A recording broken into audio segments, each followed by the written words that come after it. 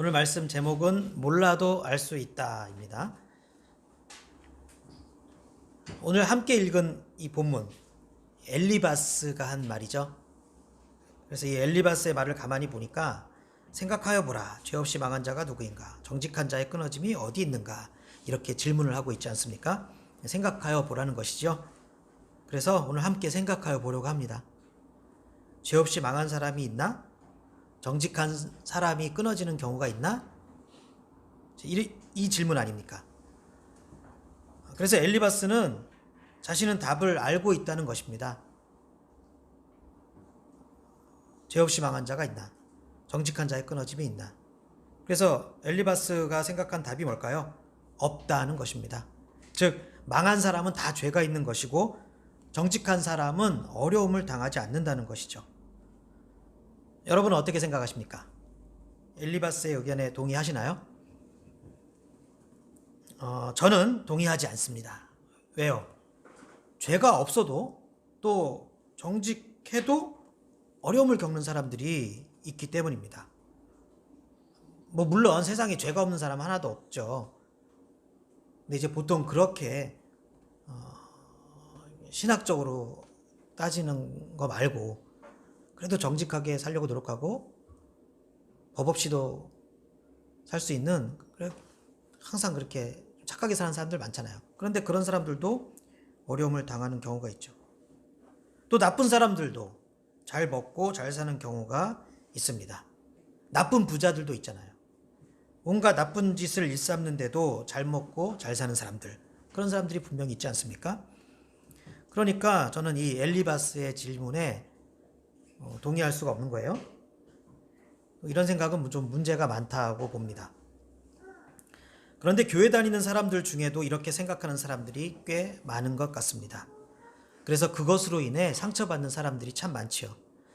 제가 아는 장로님들 중에 예전에는 여의도 순복음교회를 다니시다가 지금 안 다니시는 분들이 좀 계세요. 근데 이분들의 공통점이 있더라고요. 이분들이 여의도 순복음교회를 다니실 때는 모두 돈도 잘 벌고 소위 세상에서 잘 나가는 그런 때였다고 합니다. 그러다가 살다 보면 형편이 어려워질 때도 있죠. 그런데 그렇게 형편이 어려워지니까 더 이상 여의도 순복음교회를 다니지 못하겠다라는 거예요. 왜 그럴까요? 사람들의 시선 때문입니다. 사람들이 엘리바스처럼 생각하는 거예요. 그래서 아이고 저 장로님 왜 저렇게 어려워졌대? 잘못한 게 있나 보지? 하나님 앞에서 잘못이 있는 거 아니야? 막 이러면서 사람들이 그렇게 생각하고 바라보는 거예요. 그러니까 계속 교회를 다니는 것이 힘들어지더라는 것이죠. 제가 이런 예를 들었다고 해서 여의도 순복음교회가 문제가 있다는 게 아니고요. 사람들이 많으니까 그런 일도 많은 것 같아요.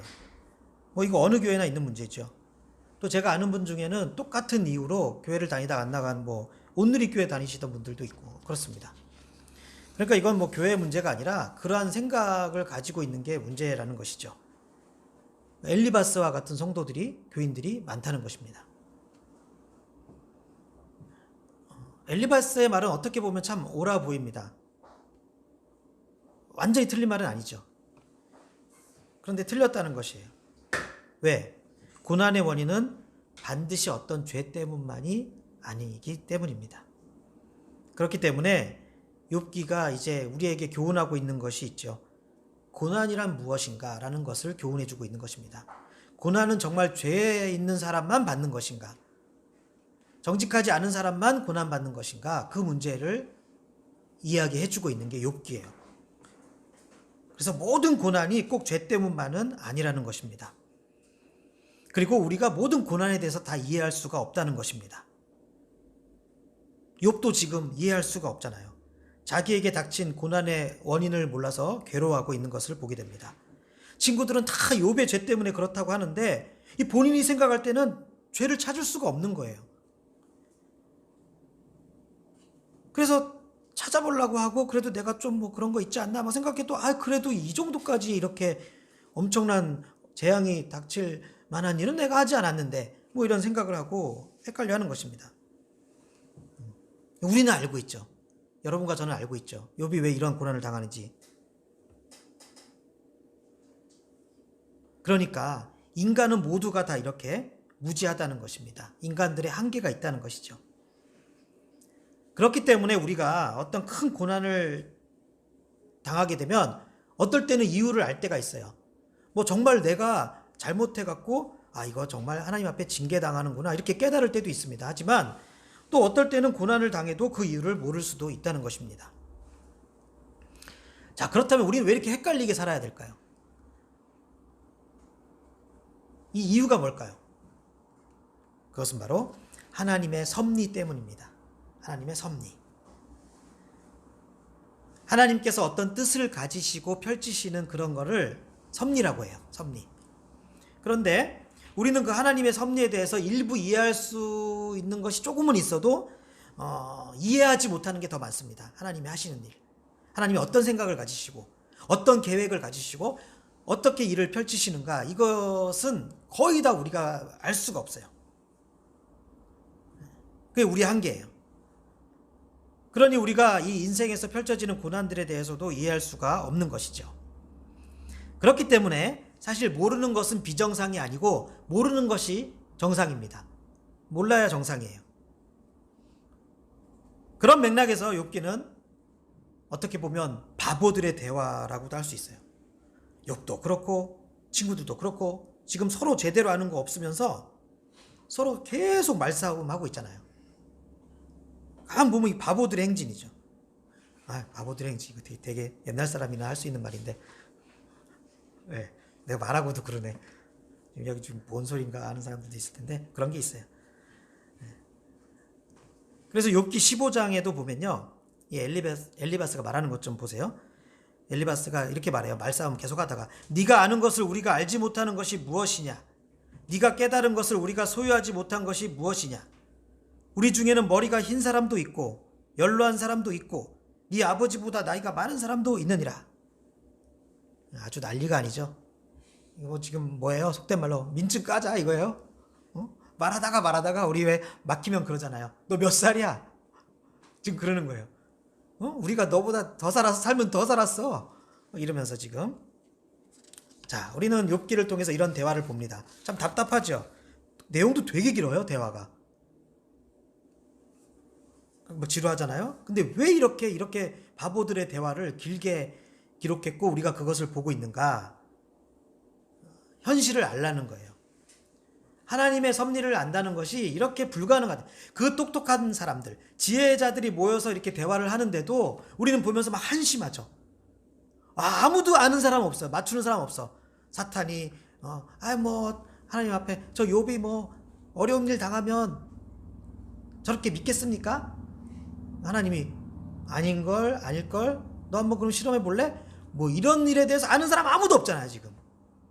근데 그 아무것도 알지 못하는 그 사람들의 대화를 우리는 막 수십 장에 걸쳐서 보고 있는 거예요. 이걸 내가 꼭 봐야 하나? 이런 생각이 드실 수도 있겠지만, 그러면서 이제 우리의 한계를 보는 거예요. 이렇구나. 이게 우리의 모습이구나. 우리는 하나님의 섭리를 이해할 수가 없구나. 이걸 깨달으는 것이죠. 하나님의 섭리는요, 오직 두 가지 방법으로만 알 수 있습니다. 우선 시간이 지나야만 알 수 있어요. 그리고 하나님이 알려주셔야만 알 수 있습니다. 창세기 45장을 보면 형들을 만난 요셉이 이렇게 말을 합니다. 당신들이 나를 이곳에 팔았다고 해서 근심하지 마소서, 한탄하지 마소서. 하나님이 생명을 구원하시려고 나를 당신들보다 먼저 보내셨나이다. 자, 지금 요셉이 무엇을 말하고 있습니까? 하나님의 섭리를 말하고 있습니다. 당신들이 나를 팔았지만 사실은 이게 하나님의 다 계획이 있는 거야. 하나님의 큰 그림이 있었던 거야. 지금 하나님의 섭리를 말하고 있죠. 하지만 이것도 요셉이 시간이 지나니까 알게 된 거죠. 시간이 지나기 전까지는 예전에 요셉은 알지도 못했습니다. 본인도 전혀 몰랐어요. 내가 왜 팔려왔는지, 내가 왜 이렇게 고난을 당하는지 요셉도 전혀 알지 못했다는 것이에요. 그만큼 하나님이 하시는 일은 우리가 알 수 없다는 것입니다. 그저 그 고난 속에서 요셉은 잠잠히 기다렸을 뿐이죠. 그저 그 고난 속에서 겸손하게 있었을 뿐입니다. 그리고 욥기를 보면요, 욥의 친구들뿐만 아니라 사실 욥도 실수를 했죠. 하나님의 섭리는 알 수 없는 것임에도 불구하고 욥도 그의 친구들처럼 좀 아는 체를 했습니다. 친구들과 그래서 논쟁을 한 거예요. 그러다가 욥기 후반에 가서 하나님이 욥에게 이렇게 말씀하십니다. 네가 나를 아느냐? 네가 나를 아느냐? 이렇게 말씀하시고 하나님은 욥에게 폭포수처럼 질문을 쏟아 부으십니다. 정말 숨 쉴 새도 없이 질문을 막 쏟아 놓으세요. 그것도 어려운 질문만. 그래서 욥은 이 네가 나를 아느냐라는 질문 앞에서 엎드려집니다.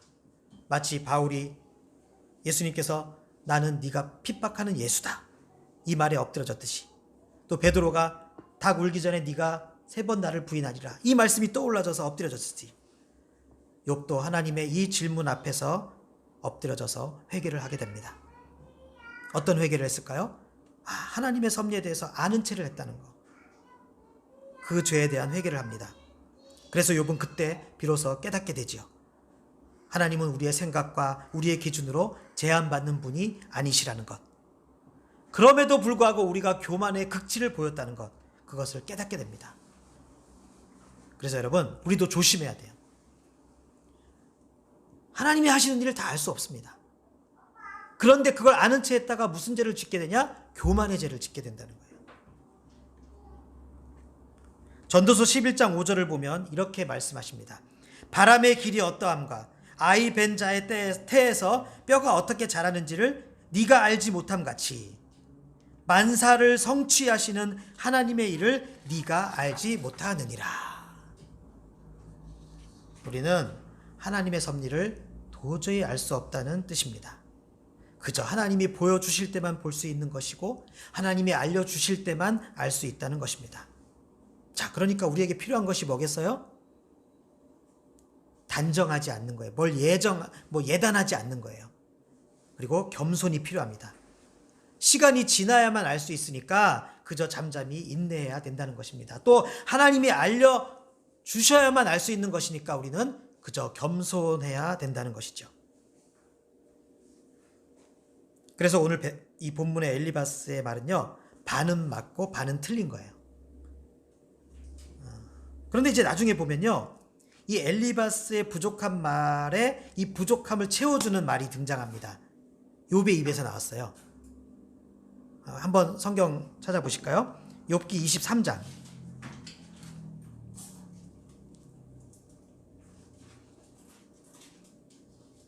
반은 맞고 반은 틀린 엘리바스의 말에 대해서 정답이 나옵니다.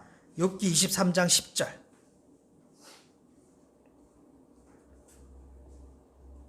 우리 함께 읽어보겠습니다. 시작. 그러나 내가 가는 길을 그가 아시나니 그가 나를 단련하신 후에는 내가 순금같이 되어 나오리라. 자, 아멘. 유명한 말씀이죠. 이 말은요, 아주 중요한 말이에요. 오늘 설교 제목이 뭡니까? 몰라도 알 수 있다 이거잖아요. 우리는 하나님이 하시는 일을 모르는 것이 맞습니다. 그런데 알 수 있는 부분도 있다는 거예요. 그것이 바로 욥의 이 고백입니다. 욥은 지금 비록 고난을 당하고 있지만 결국에는 더 좋게 될 것이라는 그 사실이에요. 특히 하나님의 자녀들에게 있어서는 이 말은 100% 옳은 말이 됩니다. 비록 지금 현재의 상황을 잘 이해할 수는 없어도 나중에 결말은 분명하게 알 수 있다는 거예요. 이것이 아주 중요합니다. 이 사실만 제대로 알고 있으면 현재 당하는 고난들 이해할 수는 없어도 그렇게 많이 힘들진 않게 돼요. 그리고 현재 당하는 고난들을 극복할 수 있게 됩니다. 왜? 나중에 우리가 결말이 좋게 된다는 것을 확실하게 알고 있기 때문에. 만약에 우리가 결말을 모르고 있다면 그것은 너무 견디기 어렵죠. 하지만 우리는 결말을 알고 있어요. 그러니 지금 모르는 그 어려움 따위는 충분히 감당할 수 있다는 것입니다. 우리의 인생길이 있다면 우리의 인생길에서 중간에 어떤 일을 당할지 잘 몰라요. 하지만 우리의 목적지는 분명하게 알 수 있다는 것입니다. 어떻게 해서든 그 목적지에 도착하게 된다는 거예요. 이렇게 우리 인생의 결말은 늘 정해져 있습니다. 우리의 결말은 정해져 있어요.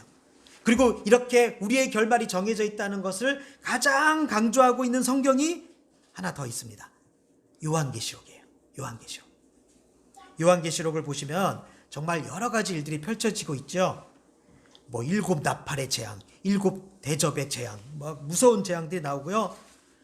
막 전쟁들이 나오고요. 여러 가지 전쟁. 아마겟돈, 요한계시록에서 나온 거예요. 또 여러 가지 핍박들이 등장합니다. 막 물이 오염되고 막 하늘이 막 빨개지고 다 가뭄이 일어나고 사람들 막 굶어 죽고 재난 당하고 이렇게 어려운 장면들이 막 펼쳐지는데요. 이해할 수가 없는 거예요. 요한계시록 이해하기 어렵죠. 예, 정상입니다. 그리고 굳이 그렇게 이해하려고 노력 안 하셔도 돼요. 왜냐하면 제가 이유를 알려드릴게요. 주님께서 요한계시록을 주신 이유가 있어요. 그 요한계시록에 나오는 그 여러 가지 막 비유들, 상징들 하나하나 그런 장면들에 대해서 설명해 주시기 위해 그런 것일까요? 아니에요. 그 요한계시록에 나오는 하나하나의 그 현상들을 똑바로 이해하고 있으라는 그 현상들 제대로 가르쳐 주시려고 요한계시록을 주님께서 우리에게 가르쳐 주신 것일까요? 아니라는 거예요. 그러니까 어떻게 보면요. 그 요한계시록의 내용들을 막 제대로 해석하려고 막 이게 아직까지 지금도 계속 그 해석 가지고 맨날 달라지고 특히 아주 이단들은 요한계시록 가지고만 해. 왜? 어려우니까 이거를 뜻을 내가 이렇게 해도 잘 못 알아들어. 그러니까 이단들이 요한계시록을 가지고 많이 사용하는 거예요. 그런데요, 너무 요한계시록의 그 내용들을 분석하려고 하는 것은요, 욥과 친구들의 대화 같은 거예요. 사실 주님께서 요한계시록을 우리에게 주신 이유는 그 내용 하나하나 잘 새겨듣고 거기서 뭘 비결을 깨닫고 뭐 어떻게 하라는 게 아니에요. 요한계시록을 주신 이유는 딱 한 가지입니다. 결말만 알고 있으라는 거예요. 그러니까 이 결말을 알려주시려고 하는데 그 결말을 극적으로 알려주시기 위해서 앞에 막 무대장치를 깐 거예요. 그럼 그 결말이 뭐냐?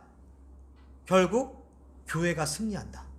결국 어린 양이 승리한다. 이게 요한계시록의 결말이에요. 이거 알려주시려고 앞에 장치들을 막 깐 거예요. 그런데 그 장치들만 붙잡고 막 신경 쓰면 그 지엽적인 것을 붙잡고 막 씨름하는 거거든요. 근데 결말을 알려주시려고 주신 거예요. 결말이 제일 중요하다는 거예요. 결국 우리 성도들이 잘 된다는 거예요. 그게 결말입니다. 그리고 너희들은 그 결말만 제대로 알고 있으면 된다는 거예요. 그게 요한계시록을 교회에게 주신 이유입니다. 당시 요한계시록이 주어질 때 그 당시 성도들이 처한 환경은 정말 고난이 엄청났습니다. 아마 그 어느 때의 성도라도 이 요한계시록 때에 성도들만큼 고난당하고 핍박당한 교인들 없을 거예요. 또 우리도 마찬가지예요. 우리가 아무리 고민이 많고 지금 주님을 섬기는 것이 뭐 어려움이 많아도요, 그때 초대교회 성도들에게는 못 미쳐요. 자, 그런 상황에서 그 힘든 고난 속에 있는 성도들에게 우리 주님께서 성도들에게 주시고 싶은 것이 있었어요. 그것은 바로 샬롬입니다. 평안이에요. 평안을 너희에게 끼치노니 곧 나의 평안을 너희에게 주노라. 내가 너희에게 주는 것은 세상이 주는 것과 같지 아니하니라. 너희는 마음에 근심하지도 말고 두려워하지도 말라. 그리고 주님께서 이렇게 평안을 우리에게 주시는 방법 중에 가장 좋은 방법을 생각하신 거예요. 그 방법이 뭘까요? 얘네들에게 결말을 알려주면 되겠구나. 주님은 그 생각을 하시고 그 결말을 가르쳐 주시려고 요한계시록을 주신 거예요. 그 결말이 뭡니까? 승리한다는 결말이었습니다. 그러니 결말만 바라보라는 것입니다. 결말만 바라보면 되니까 괜히 그 중간 단계에서 흔들리지 말고 불안해하지 말라는 거예요. 그게 요한계시록의 메시지입니다. 여러분, 지금도 마찬가지입니다. 지금 우리는요, 어차피 중간 단계는 이해할 수가 없어요. 정말 그 중간 단계, 요한계시록에 있는 여러 가지 현상들에서 정말 그 내용들이 하나하나 정말 가르쳐 주고 싶으신 거면 쉽게 말씀하셨을 거예요. 그런데 그거 어차피 알 수 없는 거예요. 요한계시록에 나오는 그 중간의 과정들은요, 우리가 이 세상에서 목격하게 되는 하나님의 역사거든요. 근데 그 하나님의 역사는 우리가 알 수 없다니까요. 알 수 없어요. 우리는 하나님의 섭리를 도저히 이해할 수가 없습니다. 어느 날 하늘에 있는 해와 달이 서로 논쟁을 벌였대요. 먼저 해가 말을 하는 거예요. 나뭇잎은 초록색이야. 그러자 달은 나뭇잎이 은빛이라고 우기는 거예요. 또 달이 말을 합니다. 사람들은 늘 잠만 잔다? 그러자 해가 뭔 소리야? 그들은 언제나 움직여. 그러자 달이 뭐? 야, 그러면 왜 이렇게 땅이 조용하냐? 그러니까 해가 고개를 갸웃거리면서 말하죠. 누가 그래? 땅은 언제나 시끄러워. 자, 이 이야기에서 느낄 수 있는 게 뭐예요? 각자 자기가 볼 수 있는 제한된 눈이 있기 때문에 자기가 볼 수 있는 것만 본다는 것이죠. 우리 눈이 그래요. 우리 눈도 그렇다고 해요. 우리가 볼 수 있는 빛의 파장이 있다고 합니다. 우리가 볼 수 있는 빛의 파장이 3800에서 7600 옹스트롬까지래요. 여기서만 볼 수 있대요. 그러니까 그 이상의 자외선이나 그 이하의 마이크로선은 전혀 볼 수 없다는 뜻이죠. 이렇게 우리의 눈으로도 볼 수 없는 것이 이렇게나 많은데 하물며 우리가 하나님의 섭리를 어떻게 다 볼 수가 있겠습니까? 하나님의 섭리를 어떻게 다 알 수가 있겠어요? 그럼 우린 바보처럼 살아야 되냐? 우리는 100%다 모르냐? 그게 아니죠. 그럼에도 불구하고 우리가 분명하게 알 수 있는 것도 있다는 것입니다. 그것이 바로 우리의 결말이에요. 결말. 쉽게 말해서 결국 우리는 복을 받을 것이고 결국 잘 될 것이라는 그 결말입니다. 그렇기 때문에 비록 지금의 어려움에도 결국에는 우리의 그 유익함을 위해서 그 어려움이 사용될 것이라는 것, 이것을 우리가 알고 있다는 거예요. 우리가 이런 믿음을 가질 수 있다는 것입니다. 그 근거가 뭘까요? 하나님의 뜻이기 때문에 그래요. 그것이 바로. 또 하나님이 우리의 아버지 되시기 때문에 그래요. 또 우리의 아버지 하나님께서 우리를 너무나도 사랑하시기 때문이에요. 그거 알고 있으면 되는 거예요. 성경 한 구절만 더 찾아보겠습니다. 욥기가 아니라 예레미야거든요. 예레미야. 성경의 가장 가운데가 시편이잖아요. 시편, 잠언, 전도서, 아가, 이사야, 그 다음에 예레미야. 예레미야 29장.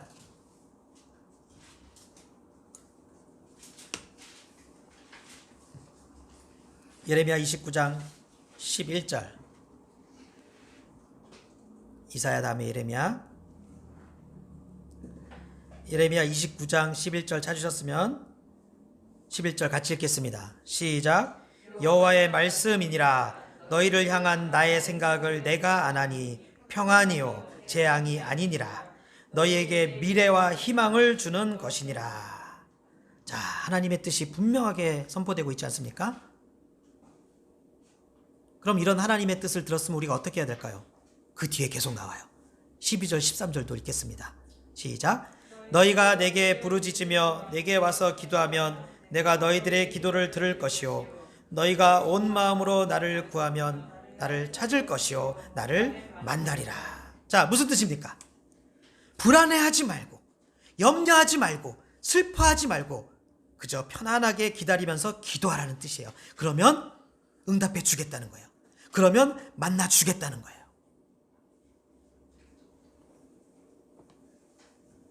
결말을 이미 알고 있는 사람들의 특징이 있습니다. 우선 편안합니다. 그리고 그 상황을 즐길 수가 있습니다. 그리고 충분히 기다릴 수가 있다는 것이죠. 그래서 우리가 사극 드라마 볼 때 그런 묘미가 있는 거예요. 우리 큐티책 예전에 그 에세이에 나오더라고요. 사극 드라마를 보는 묘미. 왜냐? 어차피 역사 이야기니까 결말은 바뀌지 않거든요. 우리가 응원하는 그 장군님이 적들에게 둘러싸여 있어도 어차피 그 어려움을 뚫고 이길 걸 알거든요. 그래서 우리는 편하고 재미있게 볼 수 있죠. 야, 니들 좀만 기다려라. 저 나쁜 놈들. 우리 이순신 장군님이 니들 박살내줄 거야. 그러면서 우리가 편하게 볼 수 있는 거예요. 이게 결말을 알고 있는 사람들의 마음이에요. 마음. 우리가 이렇게 살아야 된다는 거예요. 이렇게 살라는 거예요. 우리는 바뀔 수 없는 결과를 이미 알고 있는 사람들이에요. 우리는 결국 하나님께서 승리하게 해주실 것이고 우리에게 복을 주실 것이라는 사실을 미리 알고 있는 사람들입니다. 그러니 그 믿음으로 담대하게 살라는 거예요. 평안을 너희에게 주노라. 예수님께서 이렇게 말씀하셨어요. 다른 말로 하면 결말을 알려줄게. 평안을 너희에게 주노라. 그래서 뭐라고 하세요? 담대하라. 이미 내가 세상을 이겼노라. 게임은 다 끝났다라는 거예요. 그러니 담대하라. 담대하라. 내가 이미 세상을 이겼노라. 그런데 이렇게 말만 하면 좀 애들이 약한 것 같아, 이해하는 게. 그래서 요한계시록을 주신 거예요. 집중하면서 보라고. 저는요, 종종 꿈을 꾸면서 그게 꿈인지 알 때가 있습니다. 여러분도 그럴 때 있으시죠? 꿈에서 이게 꿈인 줄 알아. 그럴 때 어때요? 저는 어떻게 하는지 아세요? 그럴 때 이제 평소보다 굉장히 담대해져요. 특히 뭔가 나쁜 놈들과 악당들과 대결하고 있을 때 이게 꿈인 걸 알아. 그러면 야, 이거 어차피 꿈이야. 그러면서 막 17대 1로 싸우기도 하고, 여기서 한번 날라서 한번 해볼까? 저 그런 적이 진짜 있어요. 여기서 막 날라서 막 해보고, 아니야, 이거 꿈이니까 손에서 뭘 탁 나가면 막 이렇게 나가지 않을까? 막 저 그런다니까요. 뭐 결말을 어차피 아니까. 뭐 위험해지면 깨면 되잖아. 그리고 꿈에서 설령 죽어도 꿈이니까. 여러분, 우리가 인생을 이렇게 살아야 된다는 것입니다. 결말을 다 알고 있는 사람답게 살아야 된다는 거예요. 편하게 즐길 수 있어야 됩니다. 두려움 없이 담대하게 임할 수 있어야 합니다. 욥기를 읽을 때도 그렇지 않습니까? 저는 요즘에 욥기를 묵상하면 욥의 고난을 보면서 참 마음이 한편으로는 안 좋아요. 너무 안 됐어요. 하지만 혼자 그런 말을 합니다. 욥 형님, 좀만 참으십시오. 형님 나중에 대박 갑절의 축복 받습니다. 저 그러면서 본다니까요. 결말을 알고 있기 때문이에요. 그래서 믿음은요, 사실 긍정적 사고와 아주 긴밀하게 연결되어 있어요. 그리고 그것은요, 평안과 은혜와 연결되어 있습니다. 하지만 이단들을 보십시오. 이단들은 공통점이 있죠. 불안, 염려, 부정적 사고, 특히 이게 아주 지배하고 있어요. 그래서 이런 부정적 사고가 뭘로 가는지 아세요? 음모론으로 빠져요. 그래서 길거리에서 그 음모론을 바탕으로 한 전단지 나눠주고 이상한 말들을 자꾸 하는 거예요. 무슨 베리칩이 어떻고 666이 어떻고 늘 큰일 났대. 이슬람이 이제 우리를 막 지배하게 된다 그러거나 동성애 사상이 우리를 다 지배하게 되고, 그래서 막 늘 심각하고, 그러니까 그 표정에서 평안은 하나도 안 보이고 눈빛은 또 왜 그렇게 무서운지 몰라요. 입으로는 예수 말하고 있는데 그 눈은 예수님의 얼굴을 느낄 수가 없어요. 피하고 싶은 눈길이에요. 이거요, 잘못된 겁니다. 잘못된 거예요. 그 사람 속에 평안, 사랑, 은혜가 없어요. 그러면 잘못된 거예요. 그런 사람들은요, 사탄에게 붙잡혀 있는 거예요. 제가 그래서 저번에도 가끔 제가 마음에 드는 그 미국에서 만든 예수님의 생애를 다룬 영화 중에 하나가 있는데, 더 바이블인가 뭔지 여러 가지 영화 중에서 저는 그 영화가 참 좋아요.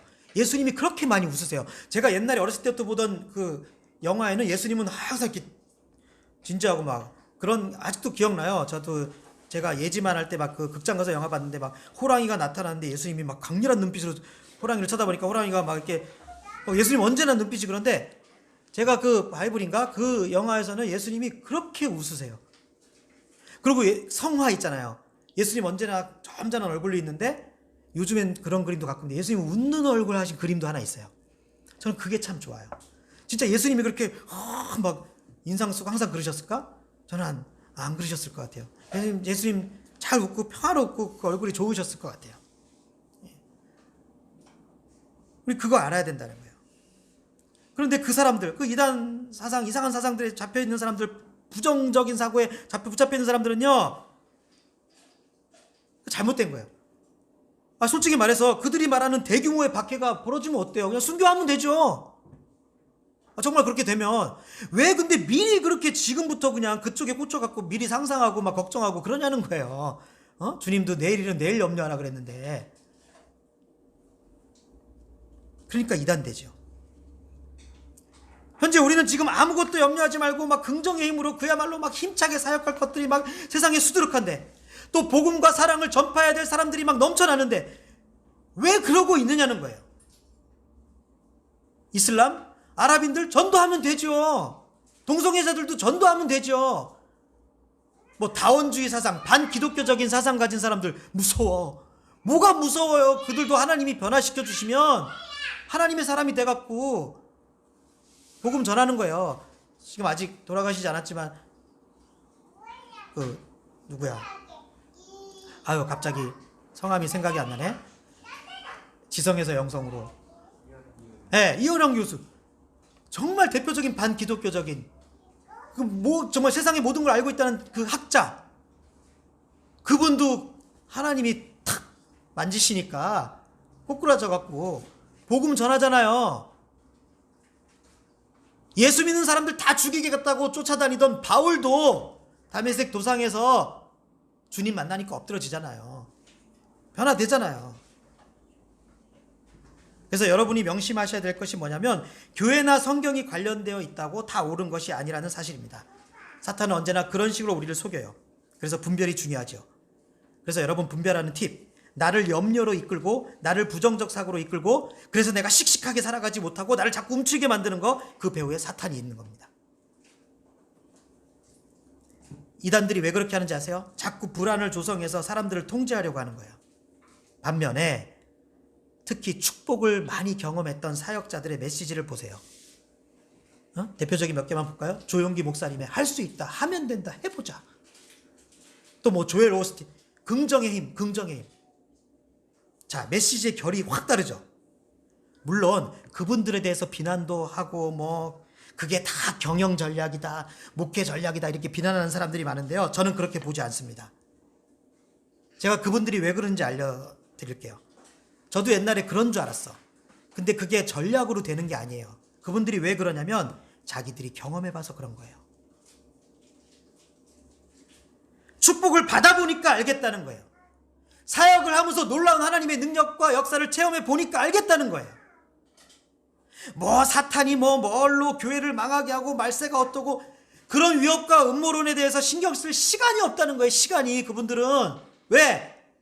그런 막 긍정적인 에너지를 뿜뿜하면서 막 기쁨과 감사로 돌아다니면서 막 사역하기도 바빠 죽겠거든.